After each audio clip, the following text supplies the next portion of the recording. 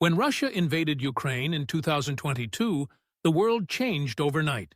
Millions of Ukrainians were forced to flee their homes, crossing borders into Europe, looking for safety, and starting over in new countries. While much of the world focused on Europe, something surprising happened far away in Southeast Asia. Out of all the nations in the region, only one country extended a warm hand and said, "You are welcome here." That country was the Philippines. The question is, really, why is the Philippines the only country in Southeast Asia welcoming Ukrainians when its neighbors have stayed silent or closed their doors? To understand this, we need to look deeper, not just at politics, but at history, culture, and the values that shape Filipino society. Let's begin with the basics. Southeast Asia is home to more than 650 million people, stretching from Myanmar to Vietnam, from Thailand to Indonesia, all the way down to Singapore and Malaysia. This region is diverse, vibrant, and connected by trade, religion, and centuries of history. But it is also a region that has been careful in dealing with international crises. When the war in Ukraine broke out, most Southeast Asian countries either stayed neutral or avoided getting too involved, largely because of their ties with both Russia and the West. They didn't want to anger Moscow, but they also didn't want to appear heartless. So they issued statements of concern and then quietly moved on. But the Philippines did something different. It opened its doors to Ukrainians, offering them refuge, visas, and the chance to rebuild their lives in a faraway land. This move shocked many observers. Why would the Philippines, a developing nation with its own struggles, step up when wealthier and more powerful countries in the region stayed quiet? The answer lies in a combination of politics, history, and identity. Politically, the Philippines has long been aligned with the West, especially the United States. The country was a U.S. colony for almost 50 years and still maintains strong defense and cultural ties with Washington. When the U.S. and Europe rallied behind Ukraine, it wasn't surprising that the Philippines joined them. But this wasn't just about following America's lead. The Philippines itself has experienced foreign invasions, colonization, and wars. Filipinos know what it means to have their land taken, their homes destroyed, and their families separated. This shared history of suffering makes them more empathetic toward the Ukrainian struggle. For many Filipinos, welcoming Ukrainians is not just a political act. It's a moral one. Let's also not forget the cultural side. The Philippines is the only predominantly Christian nation in Asia, with more than 80% of the population being Roman Catholic. This shared faith with many Ukrainians, who are largely Christian themselves, creates an instant bond. When Filipinos see Ukrainians suffering, they see people who share their values, prayers, and traditions. Religion often plays a powerful role in shaping empathy, and in this case, it helped the Philippines stand apart from its neighbors. But there's also a practical reason behind this move. The Philippines has one of the largest diasporas in the world, with more than 10 million Filipinos living and working abroad. They know what it feels like to be foreigners in a strange land, searching for opportunity, respect, and safety. This national experience of migration makes Filipinos more open to welcoming others who are forced to leave their homelands. In many ways, the Filipino people understand displacement better than most. Meanwhile, in countries like Thailand, Vietnam, and Malaysia, the refugee issue is more sensitive. These nations often struggle with their own internal migration problems and don't want to be burdened by new arrivals. Some also fear the political consequences of openly siding with Ukraine, given that Russia is a powerful global player with influence in energy, defense, and trade.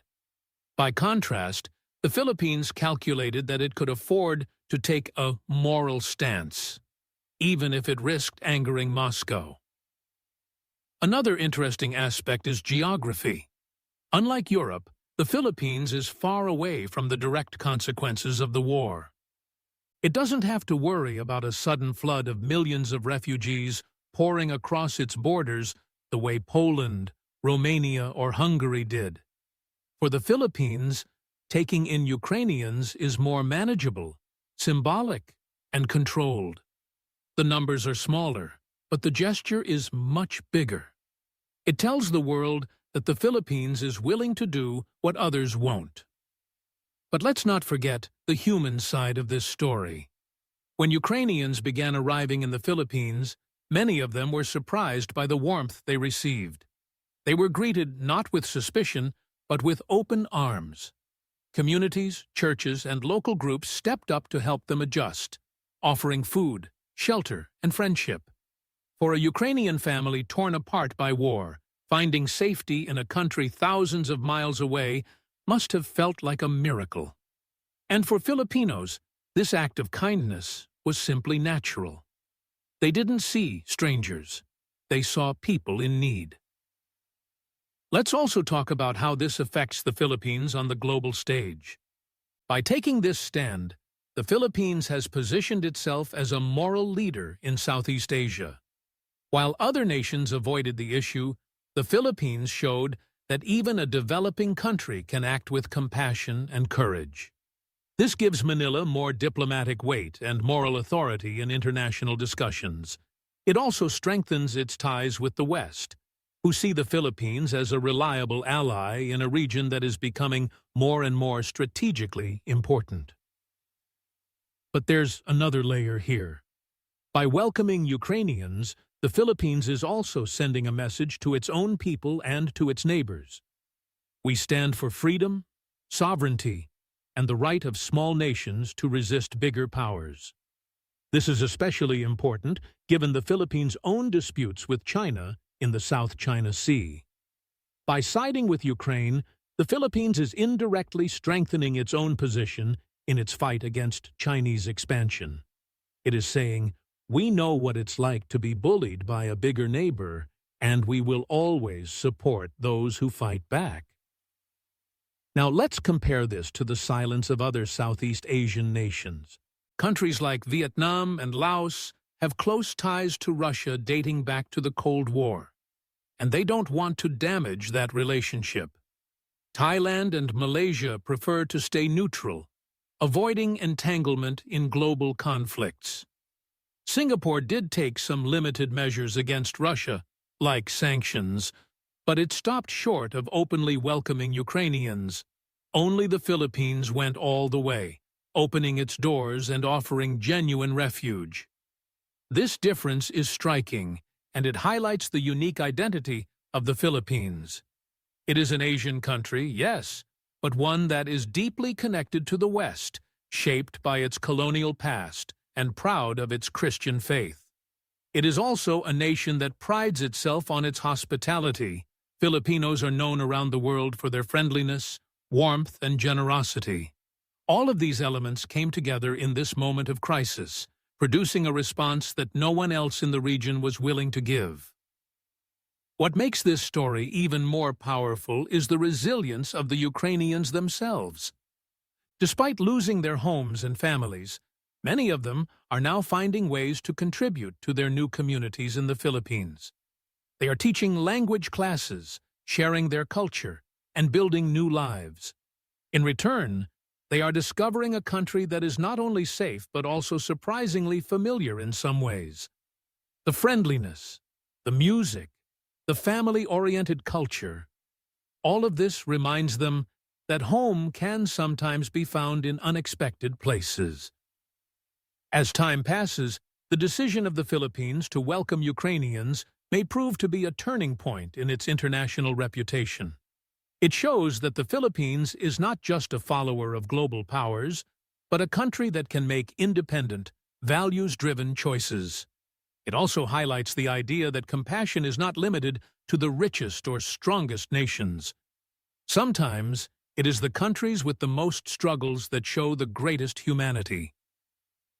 Imagine a Ukrainian child who fled bombs in Kiev, now running freely on the beaches of Cebu.